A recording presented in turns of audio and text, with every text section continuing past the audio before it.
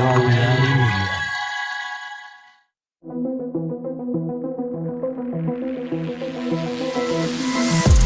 The reality we live in can be a very strange place.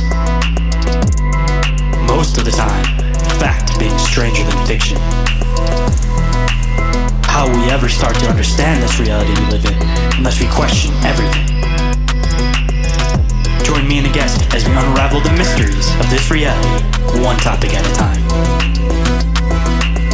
This is Inquiries of Reality with Shayn Orin.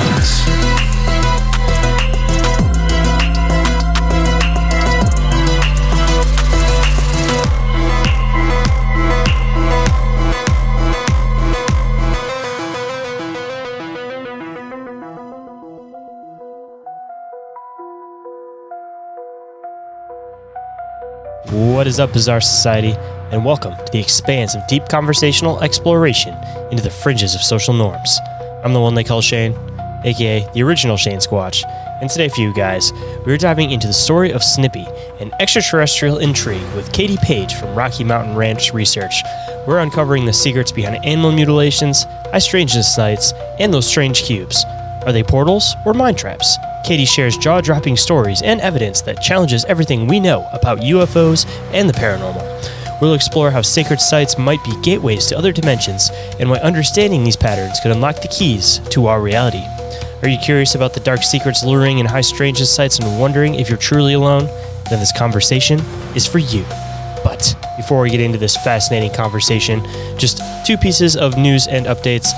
First and foremost, it's kind of getting to a weird point with the show where it seems like a lot of the listenership is dropping down, a lot of the interactions are dropping down, and this seems to be something that's relatively universal across podcasts for some reason. And I just want everybody to know that if it keeps continuously dropping, it may get to a point where I may not be able to produce and continue to do the show and to the capacity that I've been doing the show. So hopefully if you guys want the show to stick around, you guys can support it in some way, shape, or form, even if that means interacting through social media or sharing the show, leaving reviews, something like that. Anything you guys do, I'd greatly appreciate. And moving on, if anybody is interested in catching Bizarre Inquiries, that'll be happening next on April 2nd in the usual place, the Bizarre Reality Media YouTube channel. And if anybody's interested in submitting any questions, clips, or articles for that, make sure you guys get it to us before then. But if not, we'll of course pass it along to the next episode.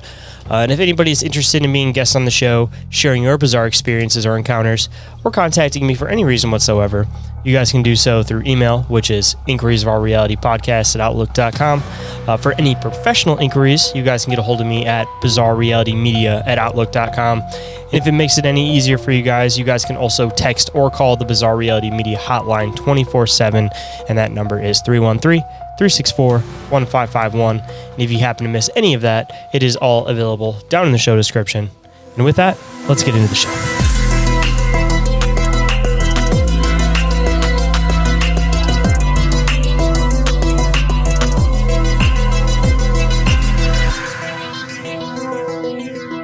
Please welcome back to the show, Paige from Rocky Mountain Ranch Research. Welcome back.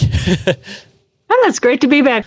It was way too soon, actually, because we didn't actually get into the Snippy stuff. Usually I kind of space it out a little bit longer, but, considering that we were kind of talking about it, brushing about it, but we didn't really get too far into it, I figured that we should touch back sooner rather than later and actually get into that stuff so that we don't leave people with that hole or they don't completely forget that it was part of our conversation. So makes sense.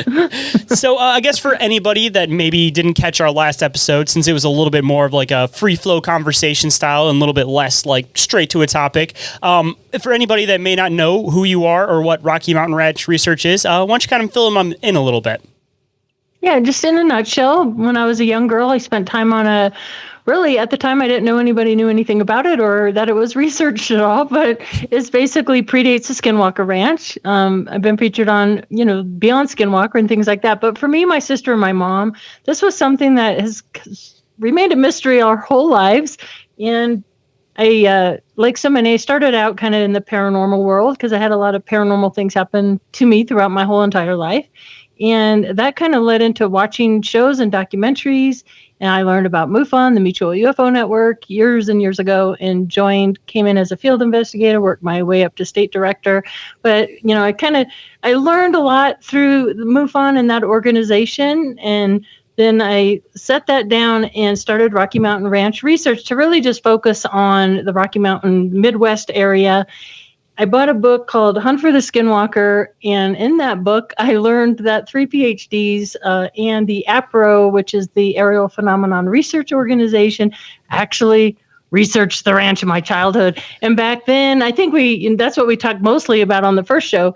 But basically, I learned that it was heavily researched and that it wasn't just the ranch, it was the whole area of Elbert County on down the line. Things are still occurring out there to this day. And it's really because it's such a high strangeness location, very similar to Skinwalker Ranch, it opened up all the fields of cryptids, of paranormal, of UFOs. And, it's just been a rabbit hole ever since for 15 plus years now. And that's really what got me started. So that's basically my background. And I started on my Rocky Mountain Ranch YouTube channel a playlist that I'm going through all the original documents from the ranch. So that's been sort of fun to revisit that because it's been years since I've really read them verbatim. So I've been kind of revisiting doing that. And that's been a lot of fun for me as well. And on that led to the Snippy event because Kerry King, who is the great nephew of Nellie King, who owns Snippy, and Snippy, of course, was the first really recognized worldwide animal mutilation back in 1967. And Kerry King has an event that he hosts now out there in the San Luis Valley. This year, it's open to the public, and there's amazing speakers. It's going to be the weekend of the August 16th. And we have like Diane Hennessy Powell, Dr. Shock, the Rangers. You can go to the Snippy event 2026 and you can see the list of speakers. Tony Angiola is out there. Ben Moss is going to be out there. Mark D'Antonio for Sky, and it's Dark Sky territory. But so 4 years ago, it's been 4 years ago, the King family reached out. And at that time, the horse's name was still heavily debated and a mystery. So they're pulling out old photos, that have never been seen before from the family, from the King family. But we still didn't have an answer to was Snippy lady and this whole thing. And as fate would have it, the APRO files were rediscovered after 30 plus years by David Marler, who has the National UFO Historical Record Center out there in Rio Rancho, New Mexico. And for me, it's a quick 5-hour drive over there. So very quickly, once I learned that the APRO files were rediscovered and he had them at the archives there, I went to find all the documents on the Rocky Mountain Ranch because I'm still looking for all the photos. And when I'm reading these documents, they talk about photos. And I'm like, where are these photos? Who has the photos? Somebody has photos of the big circle on the ground that we talked about that me and my sister, but I wasn't able to find them. But while I was there, Dave comes over and just plops down a stack of documents and like literally over 100 photos that were never seen of Snippy and auto recordings and all this. So quickly, I spoke with the King family and I said, hey, what do you think about Tony Angiola and I revisiting all these documents and doing a book, like a King family legacy book? And so for over 6 months, Tony was the main writer of the book. I was sort of the support researcher, going through all the photos, listening to the audio files. And for over 6 months, Tony and I opened this case back up. And I have to tell you, what surprised me the most is I thought we were just going to be talking about the first recognized animal mutilation, but I was every day making connections to the Rocky Mountain Ranch. From boxes to UFOs to the hum sounds to the cryptids, on and on and on. Check, check, check, check, check. And I was just like, holy smokes.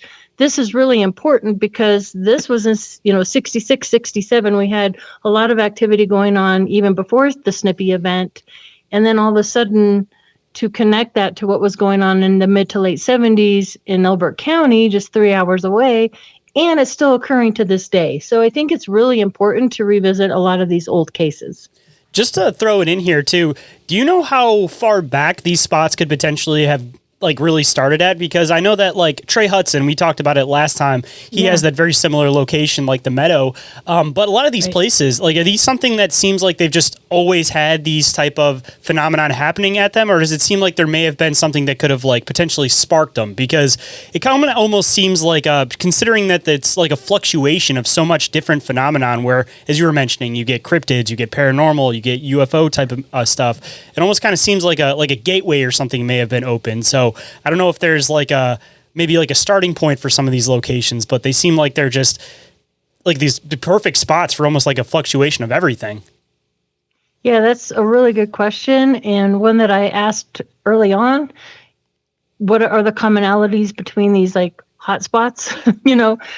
And from the research I've done at Rocky Mountain Ranch, it predates even the 70s. I mean, there was Dick Mulligan. I think we might have mentioned him on our first show, but he was born and raised there on the property in Elbert County in Kiowa, and he later became the caretaker for Winter Park Ski Resort, and he was an old Irish man known for bold exaggeration and the gift of gab, which says to me that he probably was trying to communicate what was going on out there all those years ago. And everybody's like, oh, you have such an imagination. And there's actually other reports that predate even, the mid 70s. So I think these locations, even with the Native American tribes, the Ute at Skinwalker Ranch, they were also there in Elbert County, Colorado. It was a very nomadic area of many different tribes, from the Arapaho to the Cheyenne to the Comanche, the Pawnee, the Kiowa, the Ute. And I think they were drawn to certain areas because they are very highly energetic. Even in the San Luis Valley where Snippy is, we have Mount Blanca. Mount Blanca is such a sacred site to the Native Americans that they will not allow any warring there. And ships and orbs are seen flying in and out of Mount Blanca, very similar to Mount Shasta. So many of these high strangeness areas have things in common, which are highly magnetic areas. They almost all, I'm trying to think if the Meadows does as well. So, and I've been out there with Trey a couple times with his team. Matter of fact, I have their badges right here sitting on my desk. But they have the river that runs through there too. So a lot of them have aquifers, rivers, streams, water, certain geological sandstone, granite, crystals. I mean, the whole sand dunes is nothing but sand, crystal. So I think I believe anyway, personally, that if you have the right ingredients, so to speak, then high magnetism, water, crystals, and the right people that have the right tuning, then these things are they're more likely to interact, or you're going to experience more of these phenomenon. Whether are cryptids drawn to these areas because of that, or are the orbs and UFOs really drawn to these areas? Paranormal. Even the Stanley Hotel in Estes Park, which, by the way, we found out through the documents is where Snippy was born, in Estes Park, really? Colorado. Yeah. So that was cool to find that out. And we'll get into Snippy here in a little bit.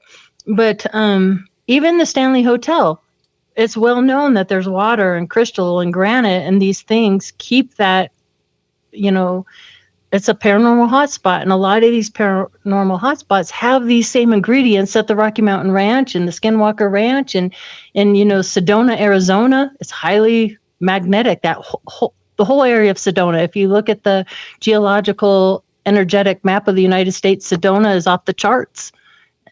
So that's one thing they all have in common. So I do believe that is the common denominator in these hotspots. And even talking to Paul Sinclair in the UK and other people, they say the same thing, same ingredients. Doesn't matter where in the world you are. Does it seem like everybody talks about the phenomenon always changing over time? At least from your research, does it seem like it's changed over time as far as like the Native Americans, like you were mentioning, kind of saw these areas as like sacred land? So assumably if it's sacred land, they might come in and they might like pay respect on it, but they're not going to be trying to, set up like a housing unit or anything like that on this land. So maybe like the phenomenon maybe was a little bit different for them, where like now maybe we're dealing with something that's a little bit more like angry that we're there. So maybe we're dealing with these like mutilations because it's out of like an anger type thing. I don't know if maybe the natives maybe even came across some cases of maybe like some mutilated deer or something, for example. But at least from your research, does it seem like the phenomenon has changed, resulting from maybe like the natives seeing it as a sacred land and not actually inhabiting it versus people now actually trying to inhabit and like research these lands? Yeah, I do think the phenomenon ebbs and flows. It increases and decreases. And that's something that actually James Keenan and I had a really interesting conversation about that, because I asked him that question years ago when I had him on a show. And he mentioned something that's really interesting to me. And now Tony has been working on this great tool, and I can't wait till we get it out to the public through Rocky Mountain Ranch. But it's a timeline tool, and this will be the first tool. So he's just putting in, and he vets the cases that are coming in to the timeline tool. So he's vetting all these cases. So the more credible cases that are going into this timeline, basically, and it's searchable on all sorts of different criteria. But one thing that this tool has that no other tool has ever had is a predictability model. Okay, so you could put in different criteria and like, can you help me predict when there's most likely going to be another sighting and where that sighting is going to be? And this tool is predicting in the future where you're going to have more chances of having an encounter. When I was talking to James Keenan on the show, the same thing.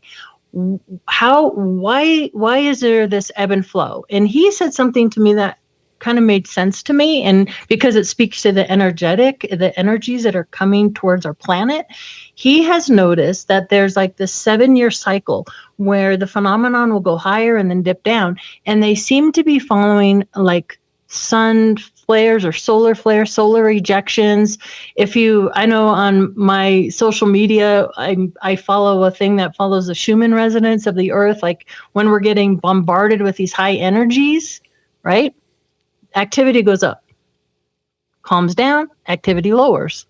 So is there something to that? Perhaps. I don't know, but I think it's a good theory. I mean, even just the idea that maybe like whatever these things are, they maybe need like some form of like energy to present themselves, or to make it so that maybe they're within like our light spectrum so that we can actually see and experience them. I wonder if that might actually play a factor in it, because I mean, the connection with the sun, with even just like UFO type stuff, for example, it seems like I used to see them all the time, but these videos of these UFOs looking like they're flying close to the sun and like sucking this energy out of it and then taking off. I've seen those. I mean, I almost kind of wonder if maybe there's some playing with that, with at least some of the UFO material or some of the UFO sightings where, you know, maybe when there are these high fluctuations, they're using them as almost like an energy push before they take off when there's these low fluctuations. Yeah, it makes sense to me. And even with ghost hunting, when you go on ghost hunts and you're interacting with whatever it is we're interacting with, we really don't know. But I think that it takes a lot of energy for spirits to be able to communicate through the K2 meters, through the lights, through EVPs, however they're finding ways to, you know, let themselves known that they're around us. And I believe that these things are around us just all the time, everywhere on the planet. I think these things are around us, but it takes a certain ingredient or a certain amount of energy to be able to interact with us. We have to be tuned in a certain way. They have to be tuned in a certain way. They have to be in the right environment in order for that to happen. I mean, it just makes common sense to me. Oh yeah, 100%. Especially speaking about the whole like higher elevation idea, when you actually start getting into the whole idea of like higher dimensions, which I think we were talking about a little bit on the last show. When you get into this like higher dimensional type idea that everything's like this higher vibration, that there's not these physical bodies anymore, that energy, everything's like some form of energy, it would almost make sense that maybe they just need that little bit of an extra push to be able to present themselves in this physical reality, the same as, you know, like a little bit of an energy charge from like a ghost, for example, when they drain, you know, like the energy out of your batteries, for example, might give them enough to be able to present themselves or be able to slide an object or something, or be able to interact with the third dimension in a more physical way. Hold on tight, guys. We'll be right back after this brief commercial break. And now back to the show. You brought up something really interesting right there without even knowing it, I bet. You know, back in the day, if you look through a lot of these old reports and magazines and things like that, these books. In like the 60s and 70s, we'd hear a lot about UFO encounters that messed with your cars. Mm-hmm. Like if you've ever seen Close Encounter of the Third Kind, his truck goes crazy. Blah! And we had a lot of reports like that. Now, is that because of the movies and people were like, that's what's supposed to happen, so I'm going to report that's what happened? But now we don't get a lot of that. Is it because our cars changed and they were not like the old Chevys and Mustangs of the 70s? Or has their technology advanced and so we don't have that effect as much? Or is it movies and popular? I don't know what the answer to that is exactly, but I have noticed it. I also noticed, like back in the 60s and 70s, when this came out, there were more like reports of landed craft with little beings around them. Is that because of popular movies and sci-fi, or were people actually reporting what they were seeing and they were visiting our planet and now they've gotten what they needed? We don't have so many reports of that anymore. That's something I noticed a long time ago. Like, why aren't we getting these kind of reports anymore? What's happening with that? Even the abduction reports have kind of changed.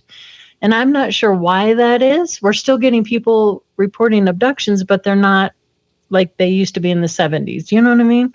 So it's an interesting thing. And that's why I love this new timeline that's going to be put out here pretty soon, because it looks at all that and you can take years and you can look for, patterns and things very easily now with this new tool that's going to be coming out. So I'm excited about rolling that out. I think we're going to learn a lot from that. Oh, yeah, I'm definitely excited to check that out. You have to send me a link once that actually comes out. But like you were kind of mentioning... Yeah, we'd love for you to beta test it, because right now we're kind of in the stage where, like, as an investigator or somebody who's interested in the fields, what would you like to see? We even have a little tool now with these cases. So you click on the UFO and it'll actually take you to Google Earth right to the location of these spots, super cool. Which is kind of a cool tool. And there's all sorts of different search criteria and things like that. So, I think it'll be really neat for people to use this tool, especially the predictability model, because I don't think that's ever been done before. So this is cool. And right now, like when we're playing around with it, Alaska's the place to be. If you want to see something, go to Alaska. But the more entries that he's putting into the timeline, the more information it's going to have to do this predictability stuff. So it's really neat. Yeah, the more things that feed it, the better it's going to get. Also kind of hopping back in a second too, you had mentioned, of course, that, the idea about their technology updating. I mean, I feel like that would probably be the best bet for a lot of this stuff because, our technology has advanced so much since the 70s. So if we're talking about these things that are significantly more advanced than us, and we also got to consider the whole idea about once technology advances, it seems like it moves a lot faster. So at least from, the 60s, 70s to now, I'm assuming that their technology is updated drastically beyond what ours was. And maybe some of these experiences like, the energy being taken out of everything around it. Maybe there's been a bit of an update to it where they're not taking the energy in that specific way. Maybe it's using some of these, we have a lot more lines set up now. We have all these different, different signals that are getting projected through the air constantly. Like it almost makes you wonder if maybe it updated to possibly use some things like this, for example.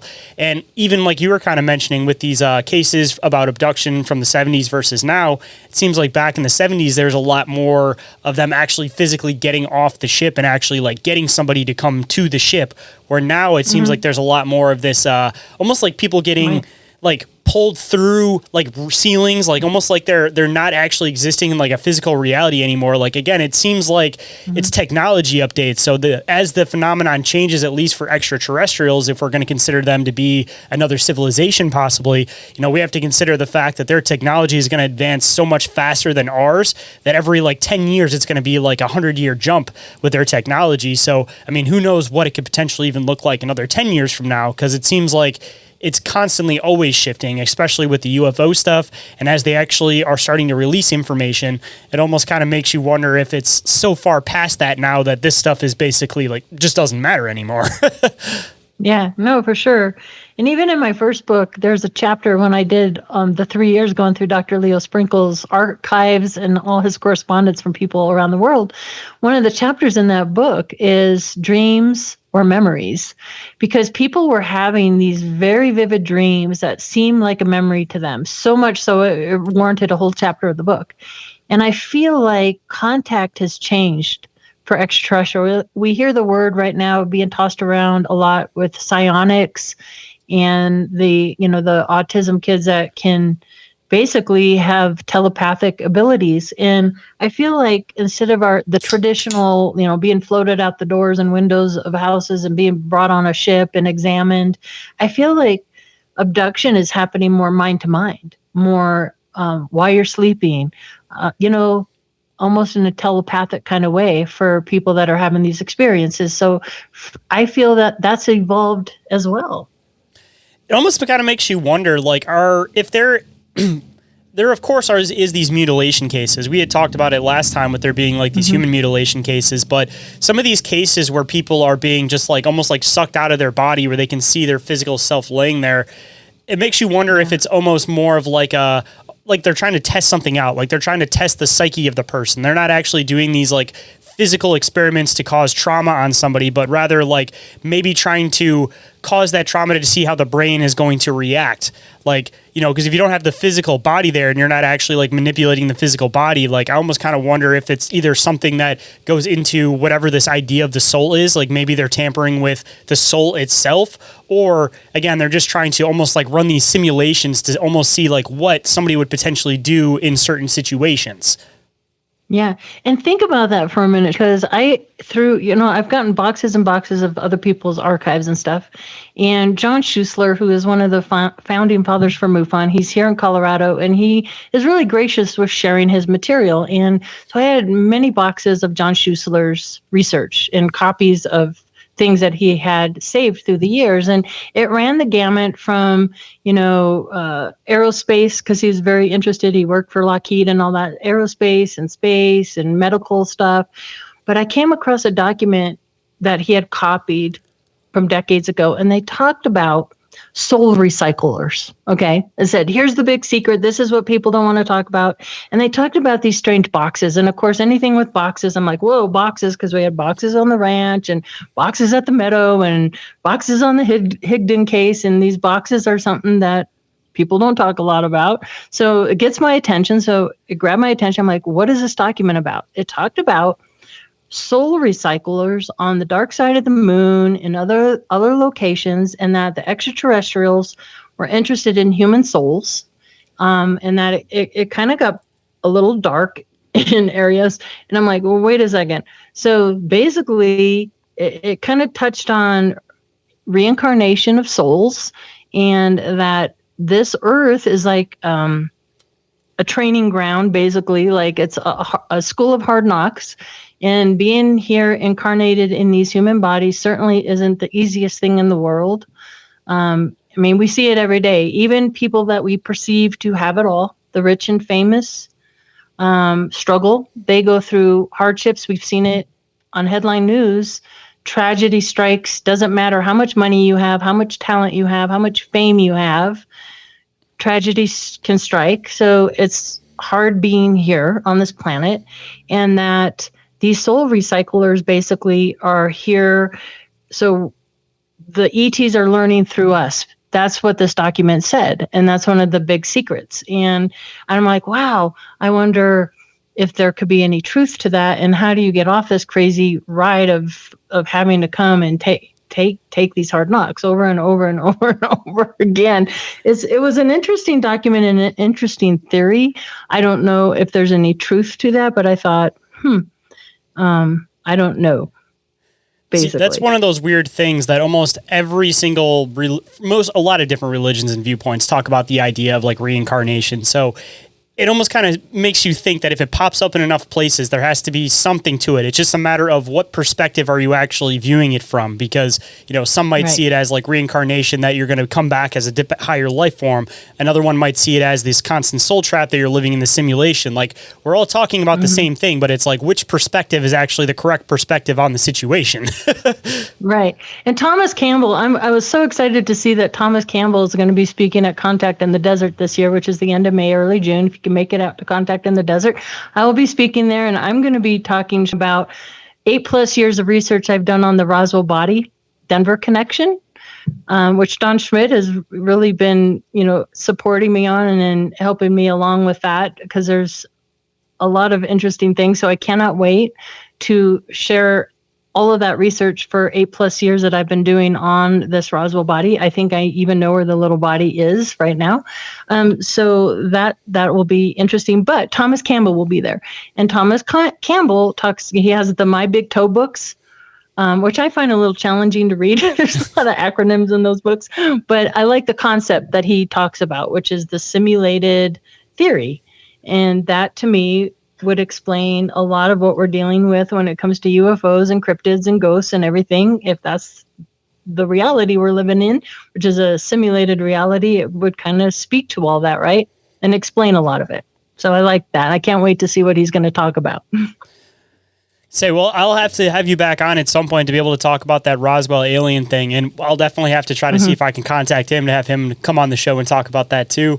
But again, before we get into all of the Snippy stuff, because I want to make sure we actually get to it today, of course, before we get totally sidetracked again like last time, I just have one quick question before we get into that. Since we were kind of talking about this not darker, non-talked about side of UFOs, I know we talked about it a little bit on the last episode too, but I was trying to make like a quick list here that seems like the topics that you just don't talk about in like the mainstream UFO community. And that would of course be this like soul trap concept. That'd be these boxes for whatever reason. That'd be the human mutilation idea. And it would also be the like my lab / like human interaction as far as extraterrestrial phenomenon goes. And before we get into the Snippy stuff, at least from your research, does it seem like there's a connection between these four things that seem like there's like a reason why these things are so off the table? It seems like there has to be something to them, like maybe some truth or something, but like why are these topics so avoided, at least maybe from your perspective? I think it's intentional. I think that early on, the military, whoever, whether it's aerospace companies, the military, government, or a combination of all of the above, the CIA certainly, in the 60s, we all know with MK Ultra and all these things, I am absolutely convinced through my research that they were present out there on the Rocky Mountain Ranch. We know, we talked about it last time. We had Warren out there. His mind was taken over. We have the mysterious John Duke, which I talk a lot about in these documents. He's a mystery. He's an enigma of, he says he's with Air Defense Command, but he talks about legal LSD. There's all these programs going on, and are some of it a psyops to see, were some of the ET UFO cryptid encounter psyops to see how people on the ranch are going to react to that.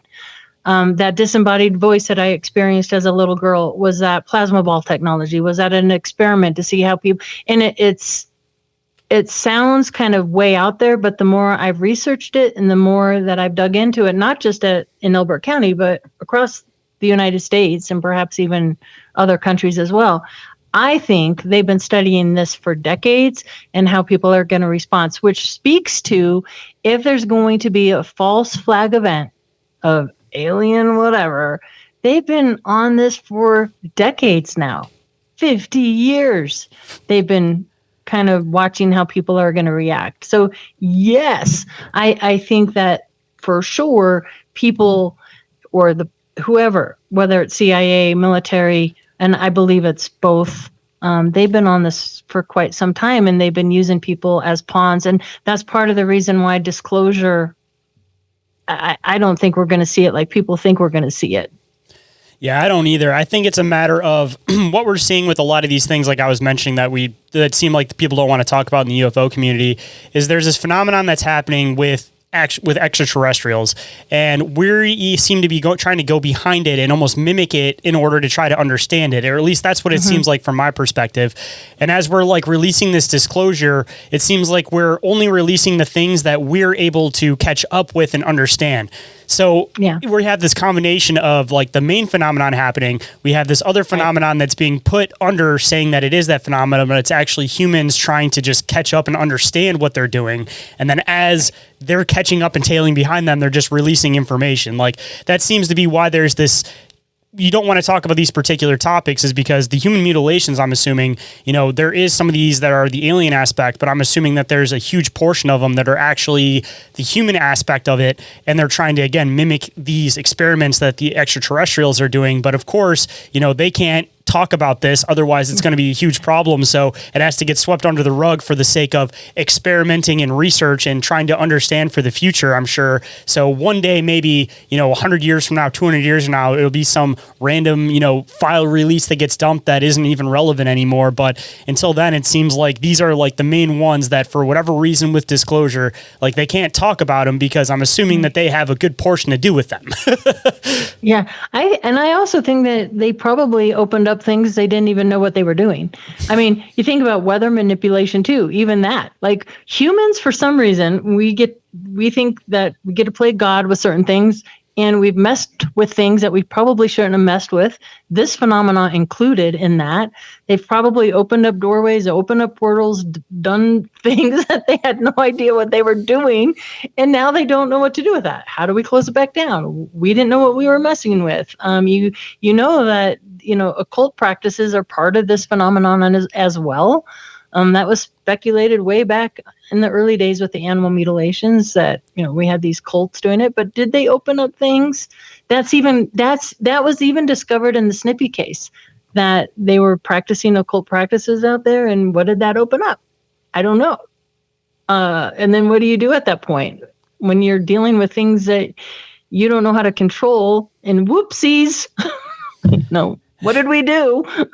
I'm sure you were diving into it you were diving into Roswell, but I mean, the whole thing with Jack Parsons, trying to do like the Babylon working in the middle of the desert, and then all of a sudden Roswell happened. So, I mean, it seems like there might be a pretty good connection with Jack Parsons and whatever happened in Roswell. And for other people that may not also connect two and two, Jack Parsons and, what's his name? I'm always brain farting on it. The Scienceology guy, L. Ron Hubbard. L. Ron Hubbard. That's all those guys. Those were the guys that originally started up NASA and actually started doing all this research. I mean, whatever the original intention was, the originators of NASA and Jet Propulsion Labs were occultist. For sure. Yeah. There's even a few known people in ufology that have that background, that are high up, that you're like, oh, that's interesting. But okay, let's get to Snippy before we forget. Yep, before we forget, and then we have to push it on to the third episode. Yeah. Inquiries of Our Reality will be right back after this brief commercial break, so stay tuned. And now back to the show. So I mentioned the name back in the late 80s, the name, the APRO files go missing. So, and it's really interesting. Linda Moulton Howe and Christopher O'Brien, the horse Snippy was owned by Burl and Nellie Lewis. So for some reason, for reasons we can't quite understand, Burl Lewis goes on record saying Snippy was a horse I rode, Snippy was a horse I rode. The horse that was mutilated was actually Lady, blah, blah. So there was this whole confusion about the name of the horse and the sex of the horse. Not that it makes a huge difference at the end of the day. We still have a mutilated animal that died in very tragic, mysterious ways. But there was so much more to just this mutilated animal. There was green ooze. There were holes in the ground. There was a 75-foot circle. There was these weird cryptid prints. There were mysterious things with Snippy's bones and powder in the stomach. So much more to this case. Lights going in and off of Mount Blanca, all sorts of things. But one of the very first things, and really one of the great things about this book, is there's a lot of photographs in this book. And at the back of the book are all the original documents that we use. So this book was written based on audio recordings and documents. We didn't put our own opinions in it. We just strictly went with what was there in the APRO files, which was really cool. But one of the very first photographs that was discovered at the archives at David Marler's was, and can I share my screen? Actually, it'd be better if I shared my screen, because I could share with your audience some of these pictures here. So let me. Actually, while you're bringing that up, I do have a quick question. So as far as some of these mutilation cases go, does it seem like they're like prized animals, for example, or like they're like there's any pattern to like the animals that they pick? Are they just completely random, or does it seem like they might be like special animals or prized animals? Yeah, and I know there's been research done with Chuck Zukowski, Christopher O'Brien, and Linda Howell looked at that very question. So I do know that there's certain lines or bloodlines of these, particularly cattle that have been taken and mutilated. I know a lot of calves have been mutilated. So yes, there is a pattern to that. I am not the one who has done that research, so I don't know, exactly what, but I do know that there has been research done on that particular question, and there was like family lines of cattle that were taken and mutilated. So that's fascinating, yes. considering that it's just like the whole human thing with abduction, and not to take away from the Snippy thing because I want to get back into it. But, everybody, of course, assumes that maybe the whole idea with bloodlines with humans might be that people might have telepathic abilities or something like that. But if you throw in the whole aspect that they're taking particular lines of cattle, that almost kind of throws that line of reasoning out the window. Like, it's clearly something specifically about the bloodlines and not anything like particular, like, ability-wise. Yeah, and I know Linda's talked about, copper in the blood and things like that, like why are animals being taken? And we've had presenters in the past that are really interesting presenters, and one in particular who claimed to have worked at S4 claims that the extraterrestrials absorb nutrients through their skin. So I've often thought to myself, like, that would make sense to me if they're taking the soft tissue of these animals, the tongue, the eye, the ear, and the blood. The blood's always drained of these animals. Are they using it to absorb the nutrients through their skin? Would make sense, right? I think we were talking about this a little bit last time too, saying that the thin skin also has the ability to heal a little bit faster too. So that also kind of throws in another weird possibility with it too. Yeah.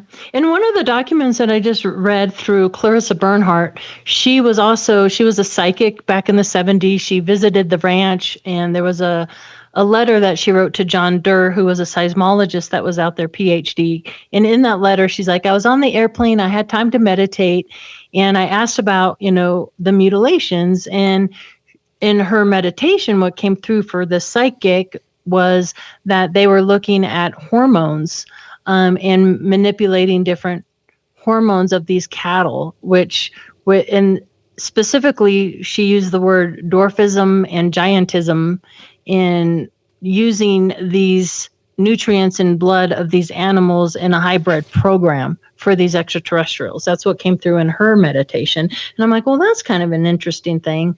Are they taking certain hormones out of the blood and organs of these animals? I don't know.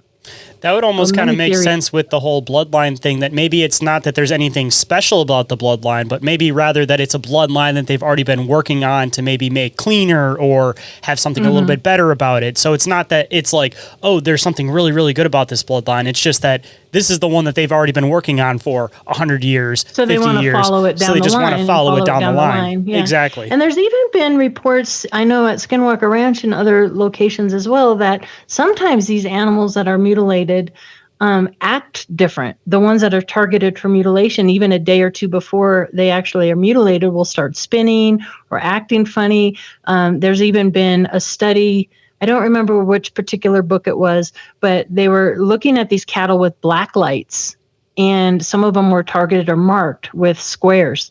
And if it's the military doing some of these, which I believe that a certain percentage have been done that way, but a very small percentage, because there's no tracks left. There's no needles found. I mean, after decades of this, you'd think they would find more human, like telltale signs that a human's been doing these things, when, especially in Rocky Mountain Ranch in the Elbert County during this 3-year period where hundreds of animals are being mutilated, we had $10,000 reward, which $10,000 back in the 70s was a lot of money. So you had all these ranchers that were actively trying to catch these perpetrators.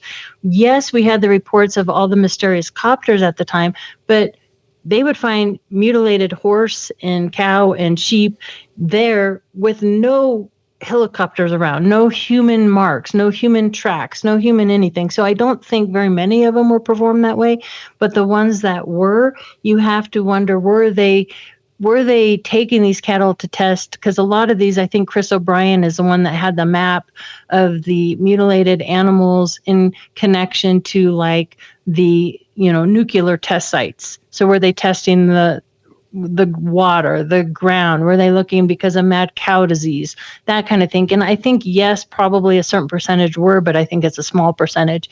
And even my one witness who said that the cattle were in the pastures where the mutilations were occurring, the cattle were huddled together and acting very calm. And in adjoining pastures, they were all freaked out.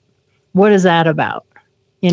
See, it almost kind of makes you wonder, again, if it's something, again, beyond humans, because if it was the government that was taking and mutilating these things, like that wouldn't make any sense to me, because the government has so much funding. They do so much other experiments on animals and everything. Like if they were going to do that, they would just buy their own animals and they wouldn't be stealing them from people. The only logic that would make sense is if they were... the ranchers, like, hey, yeah, exactly. I thought that too.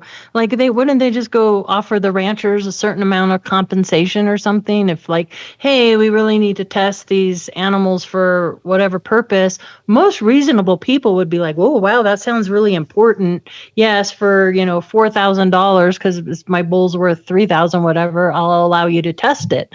Like there's other ways to go about it. Why all the mystery and, dropping animals from the air and all the freaking out and all this that's been going on for, 50, we're going on what? Snippy was 1967. It's almost 60 years. 60 years of this mystery. Come on. I mean, But let me share my screen so I can show you some of these pictures here. I think auto share. I'm not sure how to do this. Let's see. Entire screen. Share. Yeah, you should be able to just share specific windows or the entire screen. There we go. So. Let me just bring this on up. Can you see these pictures? Yep. Okay. Perfect. I don't know how I'm going to do this here. Okay. So this was one. Can you see this? Yep. All right. So this here is one of the first pictures. I was so excited. It's dated July 29th, I believe. I don't have my 28th, 1969. And what's great about these pictures is that, July 20th, 1969. This is Carol Lorenzen, who worked for APRO. And basically it says, here is an 8x10 color photo I had printed up. It shows Burl Lewis with Lady, Snippy's mother, with Snippy as a colt. The photo did not come out too good because of the quality of the negative, but it does show the colt. It is possible with a little smaller photo, we can get a little plainer picture. I have the negative, so if you wish, can have a smaller picture printed up. Don Richmond. So he was an investigator with APRO, but there we have Burl Lewis with Mother Lady, who was a dapple gray horse, 14 hands high, 1,200 pounds, with Snippy as a colt. One of the only known photos of Snippy alive. Here's the only other picture of Snippy alive. This one, again, says right there, typed up, that this is Mother Lady and colt Snippy. And so you can see the coloring on Snippy's legs. He was an Appaloosa. There we have Lady and Snippy. So those were so exciting to see. Another thing we learned right away in the reports is that the week before Snippy's mutilation, they had 4 horses pastured. This is Nellie Lewis holding Smokey. Sorry, Smokey was a black. Smokey died the week before Snippy. And in the reports, they thought that Smokey died of a rattlesnake bite to the hip. But a rattlesnake with a horse this large would really need to bite a horse on its throat or snout to obstruct the breathing. So it's very unlikely that a rattlesnake brought down Smokey the week before Snippy. So to find out there was another horse, basically killed on the same property the week before Snippy was news to us. So that was really interesting. The other horse here that is in this photograph is Sheba. Sheba was the other horse on the ranch with Snippy, and Agnes King, Nellie's mother, is holding Sheba. And if you notice Sheba's legs, Sheba doesn't have the white on the legs. Now, the really exciting picture, again, here's more pictures in the archives. Nellie Lewis with Sheba and Lady. Okay. Again, now this one was amazing. This is after Snippy's mutilation. which occurred September 7th, 1967, and they found him on the 9th because of the rain and the weather and the mud. But here, under this photograph, it says Lady, Snippy's mother. These two horses, Sheba and Lady, were the horses that were with Snippy in pasture when killed, only witnesses to Snippy's murder. And what was written in some of the documents was that before Snippy's mutilation, Lady and Sheba and Snippy were very friendly horses. They would come take sugar cubes. They were very happy horses. And you can see in this picture here with one of the APRO investigators that they got really skittish. And they even mentioned that when they would take pictures with the camera and the flash would freak these horses out after Snippy's mutilation. And there was a whole segment. There was like 4 or 5 of these pictures right here. Here's another one. Lady and Sheba in pasture, King Ranch, Alice Richmond in foreground, one of the APRO investigators. But you can see their behavior it changed after the mutilation. Another thing in the archives this was a large hand-drawn map basically of the footprints because it had rained out there. So you can even see bird prints. You could see all the tracks. So you could see the 3 horses because Smokey had died the week before. So that left Sheba, Lady, and Snippy. You can see the tracks of these 3 horses being basically corralled by something that night that Snippy was mutilated. Then you see the 2 horses, Lady and Sheba, run to the King Ranch. You see the prints of Snippy milling in a circle. Then you see no tracks, and it was varied, the dimension or the distance, but we think it was 25 to 30 feet away. Snippy was dropped from above. And what's really fascinating, so here you see the notes, 3 horses running, illustrated below. Ben King tracked these 3 horses. The tracks went from one side of the pasture to the other. 2 horses continued on to the King Ranch. Snippy was found approximately, now here it says 250 feet, but most of the other documents say 25 to 30, from where the other 2 tracks led to the ranch. Let me get to, in here, this is another big map. This is basically the crime scene. And this was really interesting because you can see where the coyote droppings, you could see that the coyotes would go around Snippy, but they would never approach the carcass. So you could see that they drew Snippy's Appaloosa spots, and you can clearly see they drew that his back right leg was broken as if dropped from above. There were circles in the ground. There was a Chico brush that was cut in half basically and burned. They found this strange tool. They called it a tool. And Nellie picked it up with 2 sticks and poked at it. And this green ooze came out of this tool type of thing, which they, Condon Committee had tested. It was tested as some like seaweed that shouldn't even be there, some strange kind of unusual things. But what's interesting is Nellie Lewis and Ernest Wellington, their next door neighbor, who had so many animal mutilations at the time, they called their ranch the Dead Cow Ranch. A week later, after finding the strange tool in the Chico brush, Ernest Wellington passes away. And after we published the book, his daughter, Leona Wellington, reached out to us. She lives in Australia now, and we asked her point blank, do you think your father's death was connected to possibly that tool and the Snippy death? And she said yes, she believes that they could be connected. So here's a close-up of that drawing where you can see the Appaloosa spots on Snippy and the broken leg. There were many sick calves that had strange growths, people going blind, both humans. Coley King went blind, animals were going blind in the area. So in this particular photo right here, it says sick calf in Harry King's corral, Black Angus bull and calf were blinded approximately the time of Snippy's death. And if you have in the book, I don't know if I'll zoom in right here, but you could see that back left hoof. It looks like a ski. It grew so long. Oh, wow. So, yeah, isn't that nuts? So here are some of these circles around that Chico brush, very mysterious. They even had Lonnie Zamora out there, and they compared the circles and some of the anomalies found at the Snippy site to the Lonnie Zamora case. So there's a picture of Don Richmond and Lonnie Zamora holding the castings. Now, Tony and Ben did the book on the Socorro case. So, they're like, no, these castings, the marks in the ground weren't similar, but it's really cool that at least they compared them, This is interesting. This was a track. There were only 2 of these. They don't look like Bigfoot track.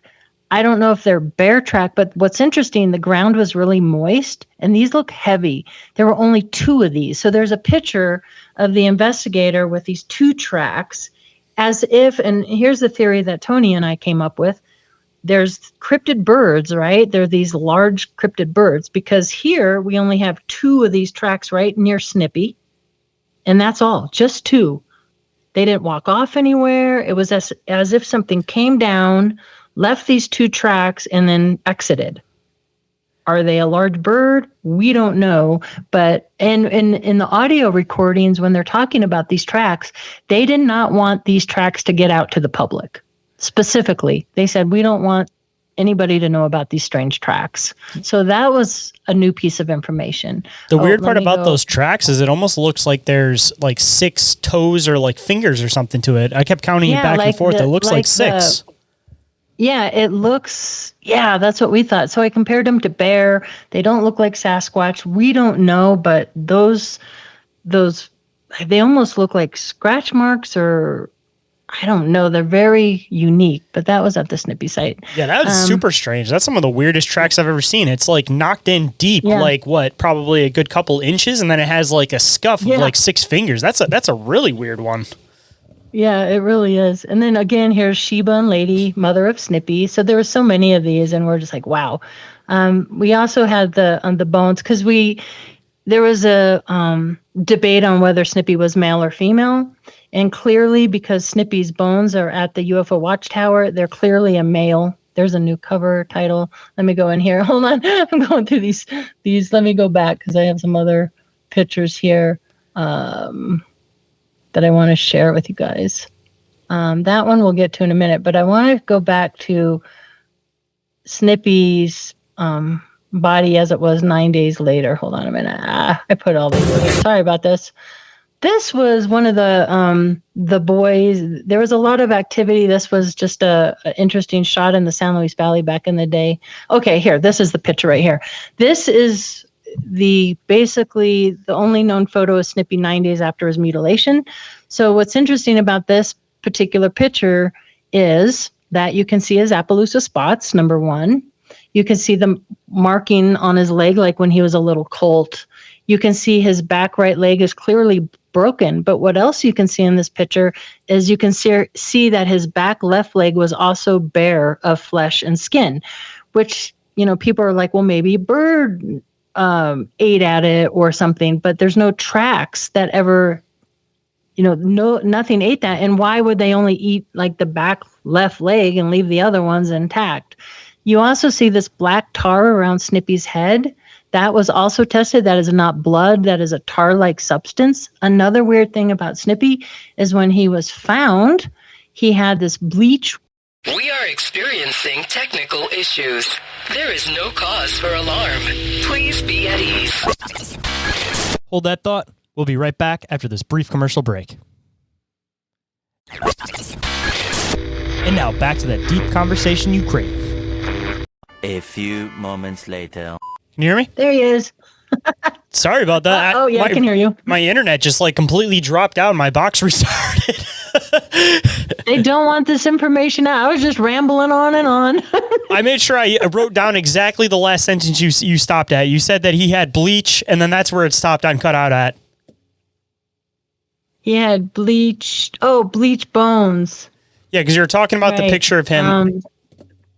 And that's where you ended off at. Sorry. Okay, so let me share my screen again. This is what I needed. So did I show you, and this is only like a little bit of the pictures. Did I bring this picture up yet? Yeah, that was the one that you were on. You were showing, you had mentioned the black ooze type of stuff that was around his head, and then you started talking about the bleach, and then it cut out. All right, so we were on 9 day Snippy, which was this picture here. Hold on. I should have taken out the pictures of the ranch and the other pictures. We were on this picture. Yep. Yeah, that's the picture we were on. So basically, yeah, I was talking about how that black stuff around his head was like a tar substance. It was not blood, and they had it tested. And his bones went, when they found him, from a bleach white, like he had been laying there for years, to a black to a pink. And that's really unusual. But I wanted to go to this other picture too. Sorry for the other pictures here. I wanted to throw this in too. You had mentioned that people had maybe tried to hypothesize that there was possibly like birds or something pecking at his back leg. You had mentioned a little bit earlier that there were wolves that had walked around it but hadn't actually went up and actually tried to eat any of it. Assumably, if wolves aren't going to actually go after this thing, why would the birds go after it? Like, clearly there's something wrong or tainted about the meat, because otherwise the wolves would have been the first ones to go after it. Like, I would assume that if one didn't go after it, the other wouldn't. So that would be my best guess on that one. Yeah, and absolutely. And later, like, this was taken a few weeks later. So he'd been laying there for a while. And clearly you could see his back left leg is bare, right? And you could see clearly how his back right leg is broken as if dropped from above. But you have to remember, they were able to see prints very easily because of the rain out there. And what they noted in the reports was that eventually when the animals, the coyotes and the what was the other animal they said? The maggots. They said that anything that did eventually eat on Snippy's carcass died of dysentery later. The radiation readings were unusual around Snippy as well when he was found. They were higher away from the horse, and the closer you got to Snippy, the radiation readings dropped, which should be opposite of what it was. So there were so many unusual things, from the strange green ooze, which in these in the maps, they even talk about the green ooze on there and where the green ooze was spotted. What was that? In one of the chapters, so I'll stop sharing this now. One of the chapters of the book, let me see, stop share. Stop. Okay. Uh-oh. There I am. Okay. One of the chapters are all the different kind of crazy theories. So Ben, the sheriff out there at the time, he got the nickname of Lightning Ben because he theorized lightning killed Snippy. That was quickly ruled out as no. No, there was just no evidence of lightning killing Snippy. One of the craziest of theories was that it was radioactive ants that killed Snippy, that were let go by the military. That's just nuts. Yeah, that's completely out there. There was another theory that somebody had put a tripod out. There's actually a picture of it in the book, and there was a newspaper article about it. Somebody put a tripod out and brought a big vat of acid out there, and then put Snippy up and dunked him in the acid. There were no truck marks. There were no footprint marks. There was no evidence of this happening. So, and then of course we all know that Snippy had 2 bullet wounds. So in some of the audio recordings that were rediscovered after all these decades, the 2 boys actually admit that they shot Snippy post-mortem and that they were going to sign an affidavit stating that they indeed shot Snippy after he was already dead. So that mystery solved. Just so many things to this case. Even strange boxes cited out there. Agnes King Agnes King did not believe in UFOs. She's in her 80s. She, is experiencing all these physical things that are going on with people. Harry King and Nellie King and Agnes King, they're experiencing all these things. The day of Snippy, she had a UFO sighting right over the King Ranch, which was another thing that at the archives, they kept the calendar that was hanging on the wall, and they marked everything on the calendar of all these things that were going on at the time. So there's so much more to this case that I even knew about, and so much that correlated to what happened a decade later at the Rocky Mountain Ranch. So, like, whoa, right? Crazy stuff. Just out of curiosity, since you've dived into other mutilation cases, have you found this whole like seaweed, black ooze stuff anywhere else, or is it only in particular to the Snippy case? Snippy case. Yeah, for that particular thing, Snippy case. This powder in his stomach, that was crazy. There's just so much more going on. But what's really, to me, what's important about the Snippy case, this is before we knew the telltale signs of animal mutilations. This was kind of really the first one. And we have the blood drained, cauterized, the same organs removed, like all of these things that would repeat itself over and over and over for decades to come really started with the Snippy case. Well, this is going to sound like a very off-the-wall question, but at least the Snippy case, from your research, do you think that this particular case is something extraterrestrial, or do you have a feeling in your mind that this particular case might be something that's one of these human mutilation type cases? Extraterrestrial. Extraterrestrial? Mm-hmm. Yeah, and that's a lot coming from me, because I think one would be surprised at how much I do believe military and has played a role in some of these things. So I can be quite a skeptical mind. But in this particular case, there is just so much going on that is so high strangeness in this area that was going on even a year before Snippy, that, and just the mere fact that you could see the horses being corralled by something, whether it's an orb or a light or a craft, I don't know. People might say a helicopter, but I don't believe a helicopter, because the mere fact that you can see where he mills, you could see where he's dropped from above, you could see his broken back leg. You don't see any footprints anywhere around him. Something unusual happened to this horse, no question about it. Dr. Outschler, who examined the horse that was unknown for quite a long time, he didn't want his name put out there, even in the late 80s, stated like, and he was a specialist in blood I can't say the word right. Coagulation. Yeah, that. He was an expert in all this, and he never could explain what happened to Snippy. So yeah, I think there were missing time events in the valley. There were many reports of cars being chased by orbs and craft and just so many unusual things. There was the story of Mrs. Blundell. This is a pretty thick book, and all these stories are in this case. Mrs. Blundell had an extraterrestrial encounter of this strange, perfectly looking human come in mysteriously to her shop and ask for this piece of art that he shouldn't have known existed, and said he'll be back with Earth money. And this is all these weird things that were going on. So yeah, I think extraterrestrial for Snippy. That last one almost kind of sounds like a Men in Black encounter, but not in like the typical sense of like them trying to intimidate, but maybe like in the sense of like, hey, we're here, we're trying to make our presence known, but we don't want to make it too far of a push, which also kind of throws in a whole other idea of, you know, the Men in Black idea that most people just think of them as showing up and coming when people actually have an experience happen and they like try to strong arm them. But are there more cases of Men in Black where they possibly pop around or just try to observe, or, you know, just try to interact just slightly just to see what you're going to do, and maybe just the average person doesn't actually catch on to it? And there's a lot more of these interactions around, for example, some of these ranch type areas than a lot more people realize, where, you know, even just a weird interaction in town might actually be somebody trying to pull some information. Yeah, no, absolutely, for sure. And even the cryptids reported in this.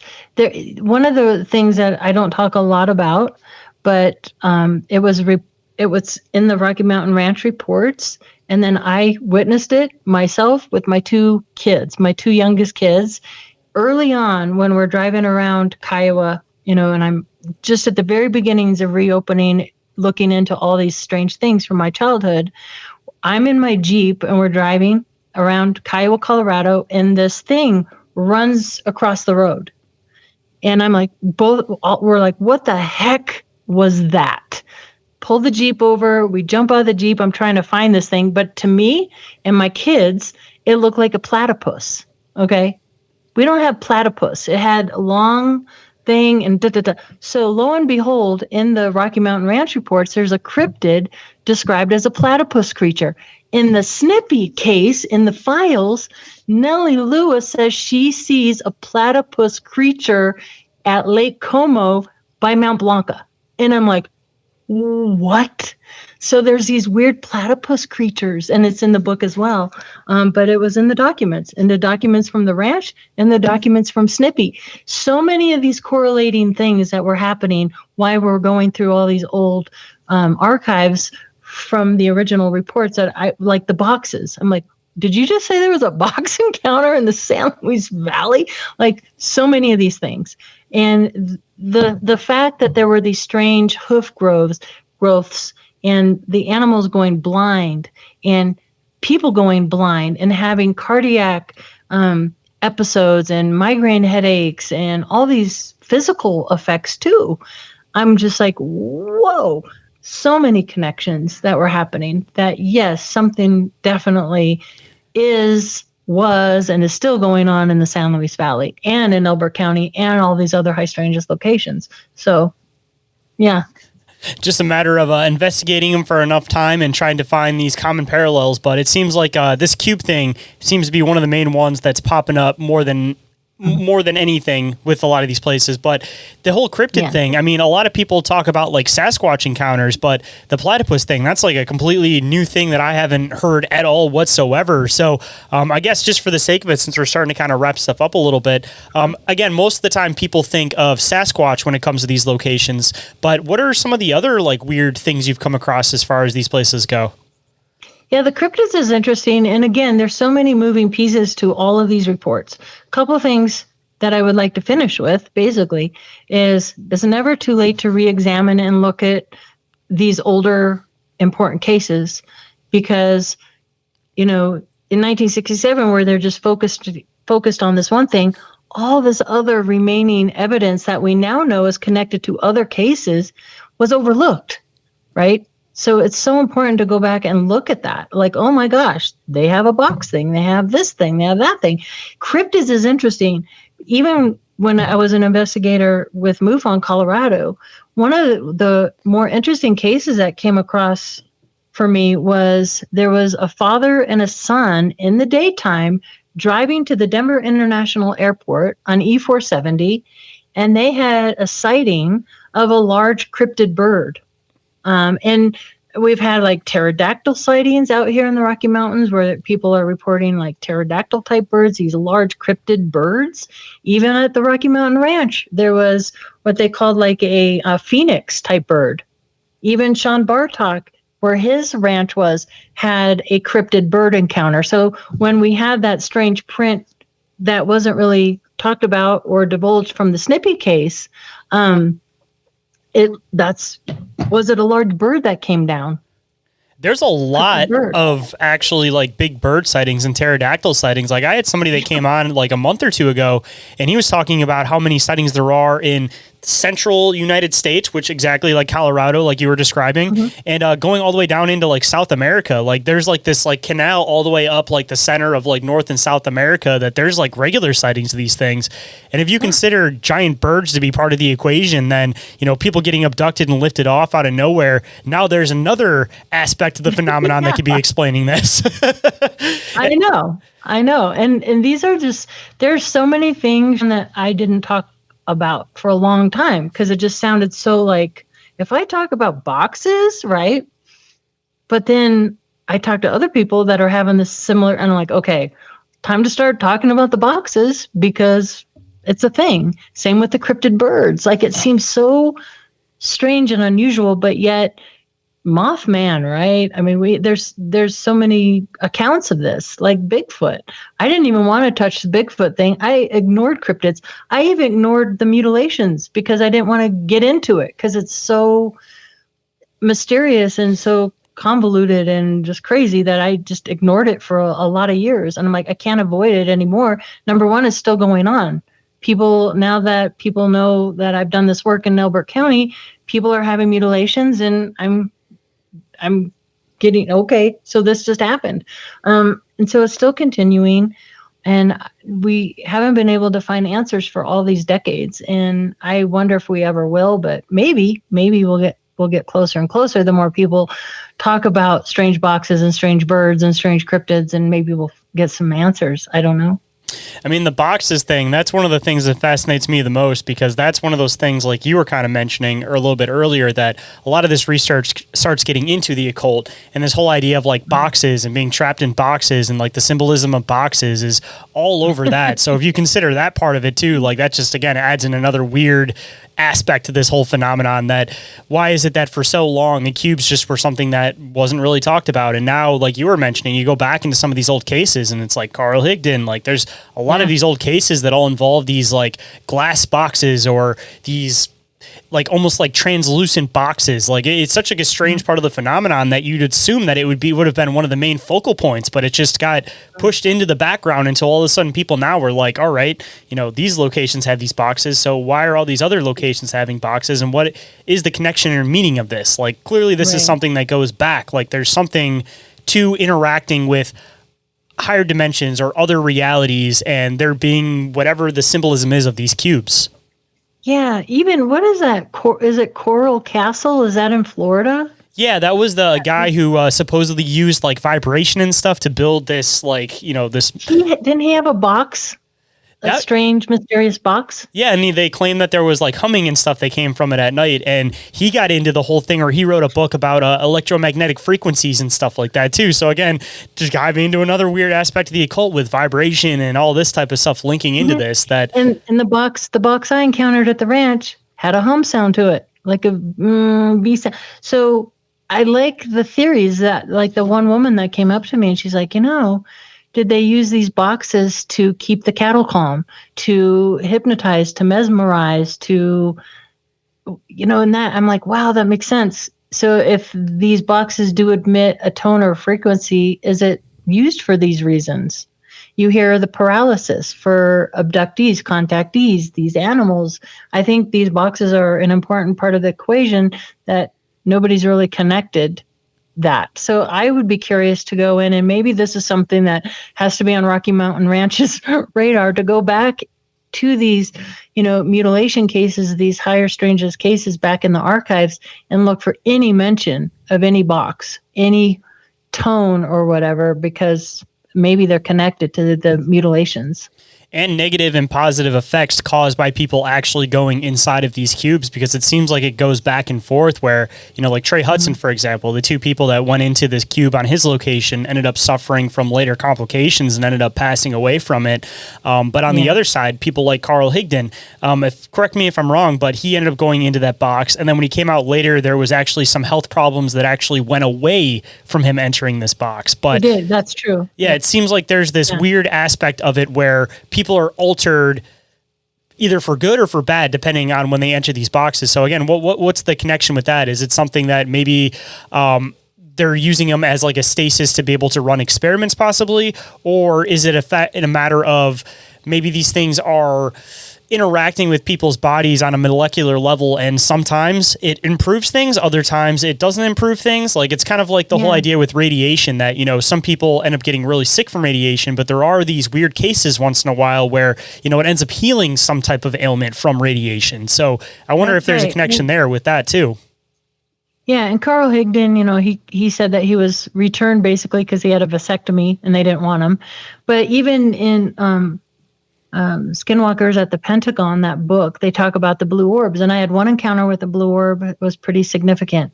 And same thing, like with what you just said. Some people claim healing from these blue orb encounters, and some people say the opposite, that they get injured or have health issues.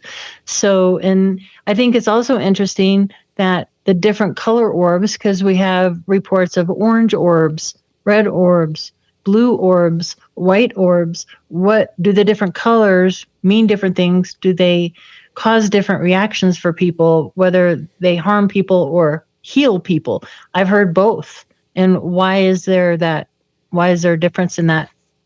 See, I've to look at. I don't know. Always been fascinated on this idea with the colors that these lights and that these orbs give off, because one thing that I've been kind of tracking a little bit, and maybe you can kind of fill in the blanks a little bit on this one, is people that end up having like abduction or contactee type experiences. I've heard from at least two people that they had these experiences where they were abducted from their bedrooms, but it was almost like everybody else was in like a stasis effect. Like they mentioned a green light, and they said like their brother was sleeping, you know, the other person that was in the room with them was like sleeping, not even interacting, hearing anything, almost like everything was completely standstill besides them in particular. But I feel like you were kind of mentioning, that there seems to be this connection with different effects depending on different light spectrums. And it seems like green seems to be this like stasis type event that'll happen when people have these interactions with these green lights, for example. But have you heard of any other cases with different lights, or even possibly green ones with like the stasis type thing? Yeah, it's reported in these documents on the Rocky Mountain Ranch. And in fact, one of the nights where they were landed craft in front of the ranch house, John Duke claims, you know, he's going to go out and he's going to engage this craft. And what happens is Betty basically gets like a blast of something and falls back and has this medical event or paralysis event. And so he runs back in the house. And then it occurs to John Duke that, oh, this was very brilliant on the extraterrestrials, because that's exactly what they wanted to happen, was him to run back in the house. But over and over again in the report, it states that when there was an extraterrestrial account, other people that were there would be in paralysis or paralyzed or unable to engage. So yeah, that was reported in this. Again, and I say it when I'm reading the reports, I take it with a grain of salt, because I'm not overly trusting what John Duke has to say. He admittedly says that he is hallucinating on legal LSD. He, you know, and he even says, I don't know if I'm hallucinating these things.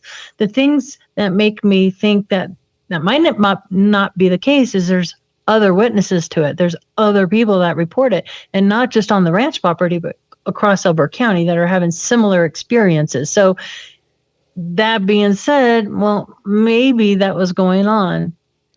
I mean, just to throw in another like idea to kind of continue on with this. I mean, we've heard about the whole Havana syndrome thing, this whole new thing that happened in Venezuela that seems very Havana syndrome like, and you start getting into these like projected energy type weapons, and clearly there's some form of like a vibration or like a frequency that's being put off into at a particular person.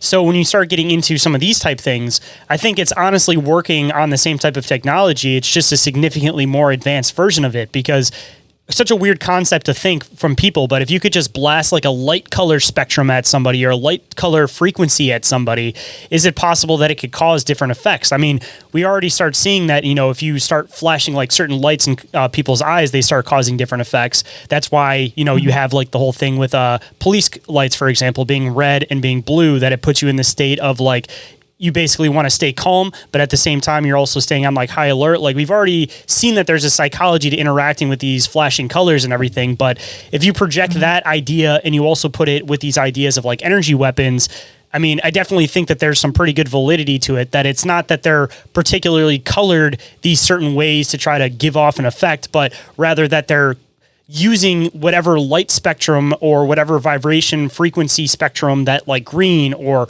blue or whatever is in, and it just happens to be visible in that color to us, but it's not that, again, that they're like purposefully coloring it this color per se. Right. No, that's true. And people have this, you know, the migraine headaches and certain physical effects from these things. In fact, I talked to Travis Taylor, and this was before I had that strange, I kind of flew by it, but when I went through the photos there I was sharing my screen with, there's that basically what I consider a radiation burn I got from the Rocky Mountain Ranch on my first night back. It was hot to the touch. It blistered. It looks like a handprint to me. But I got physically sick that night too. But before that occurred, I got rear-ended in my Jeep by a drunk driver. And it's a long story, but long story short, I went through a year of having some troubles, right? And so I had an MRI done of my head, and in there I had this white matter disease thing, and I was like asking my physician, like, what does this mean? I'm worried about getting Alzheimer's or something as I'm older. And if you look, every symptom of the Havana syndrome, I had that, and I have it on my brain scan. And I'm wondering if when I was a young girl on that ranch, did I get affected by that? And I certainly worry about that even more now that I have that radiation burn from the ranch. So yeah, physical effects concern me a little bit. And that's why I went through that Twilight biofeedback program way back in the day. So yeah, there's some health concerns and physical effects that people can get in these areas. And you should always be careful about that. And I'm hypervigilant and worried about that a little bit, but at the same time, my curiosity overrides that a little bit. I'm just going to go anyway. But anyway, so it's been a fascinating conversation. Hold on tight, guys. This is our last break, so stay tuned. And we are back to the show. Let's hop right in. Oh yeah, I mean, of course, before I let you go completely, I have to end with some words of wisdom. So if there's any words of wisdom you might want to bestow on the listeners today, what might it be? The words of wisdom, I know last time I said about the history and going back to the archives, and I think that's important. But with everything that's going on in the world right now, and there's a lot being thrown at us, I just want to encourage people to take time to turn off the news, turn down the noise, and really just ground yourselves with everything that's going on in the world right now. I think that's really important, to stay kind to people and to really just turn it off. I definitely agree with that. Reality is what you perceive it to be. So if you're always in a constant state of fear, you're always amped up by the news, then that's going to be the reality that you live in. But if you actually shut it off for a little bit, actually interact with the people around you and realize that the world, yes, it is crazy, but it doesn't always as crazy as the news makes it out to be, then you're going to put yourself in a lot better state of mind. Yeah. And also remember too, that that's being done to us intentionally. Keep us in a state of fear, in a state of division, in a state of just constant fight or flight. Health, I mean, it benefits health industry. It benefits the wealthy to keep us down like that. So don't allow that to happen, More fighting you got, the more chaos theory you got going on, and the more you're able to control smaller divisions of people. And unfortunately, it's one thing that always ends up getting into politics is the more on edge that you have people, the more you can get them spun up about politics, and then the more you have everybody fighting with each other. So if people actually stand back for a second, realize that, both sides have their good qualities, both sides have their bad qualities, but the best place to be is always in the middle of things. Then, again, the better your life's going to be, the better it's going to be for everybody around you, and the less fighting there's going to be around you, because they're always going to try to polarize everybody. Find joy in the little things. Find joy in your friends and your family and nature and music. And yeah, that's my words of wisdom for this show. Perfect words of wisdom. And if anybody wanted to come and get that awesome book, of course, that you're sharing on the show, or they wanted to keep up with any of your research, or they wanted to even be able to check out that timeline that you said that you're putting together, where can everybody come and find you on the internet? Where can they find your book, and where can they find your work? Yeah. Amazon for the books, and also you can find information on the websites about the books. So there's two websites you can go to, which is Katie Paige, KATIEPAIGE.net, and there's also the Rocky Mountain Ranch Research.org. And if you want to follow along with all these great documents I've been reading and commenting on, that's a playlist on my Rocky Mountain Ranch YouTube channel. You can find that playlist there, as well as other things on that channel as well, behind the scenes stuff. So those places you can find me, and I appreciate you having me back on. It's always a great conversation. I love engaging with people who actually have a back and forth conversation, and that's always a really great thing. So I really appreciate it. Oh, yeah, definitely. I really appreciate you making the time to come back on and actually being able to get into the Snippy stuff, of course. I almost sidetracked you too much, of course, where you almost didn't get into the Snippy stuff, of course. No. But like you said, that ends up being part of the great conversation. And next time we'll hit the Denver Roswell body stuff. Oh, yeah, definitely. We'll have to make sure we mark that one on the calendar, because I actually have it written right here just to make sure that I actually schedule that one with you. So, Sounds good. But as usual, I really appreciate you making the time to come on, and I definitely enjoyed our conversation. Yeah, absolutely. Thank you. Big thank you to everyone for catching this week's episodes. Just a reminder, this show wouldn't be possible without listeners like you. Podcasts are a labor of love, and I want to be able to keep this show going for as long as possible. So if you guys are interested in supporting the show and all the hard work behind it, some of the best ways that you guys can do that is through leaving a review or rating anywhere you guys happen to listen to podcasts. And once I find it, I will, of course, read it on the show and give you guys a big shout out. And you guys can also share the show through word of mouth, one of the best ways to help podcasts like this grow, probably one of the only ways that podcasts like this grow. So share it with anybody that you think might be interested in anything that we talk about on the show. And if you guys are in a position to support the show and find value in what I do, please consider donating the show directly. That is absolutely the best way that you guys can support the show. Anything that you guys want, from $1 to whatever, anything is always greatly appreciated. And you guys can do that through Cash App, Venmo, or PayPal. And if you guys are interested in checking out the Patreon, it is now just one tier over there, $2.50 a month with full access to everything. And if you guys want to see what it's all about, there's a 7-day free trial. If you guys like it, hopefully you guys stick around. And the last way you guys can support the show like that is by going and checking out the Bizarre Reality Media merch store. Over there, t-shirts are just $15.68 plus shipping, so not too bad. Equals out to about $20, about average for a t-shirt, and you guys can support the little guy in the process.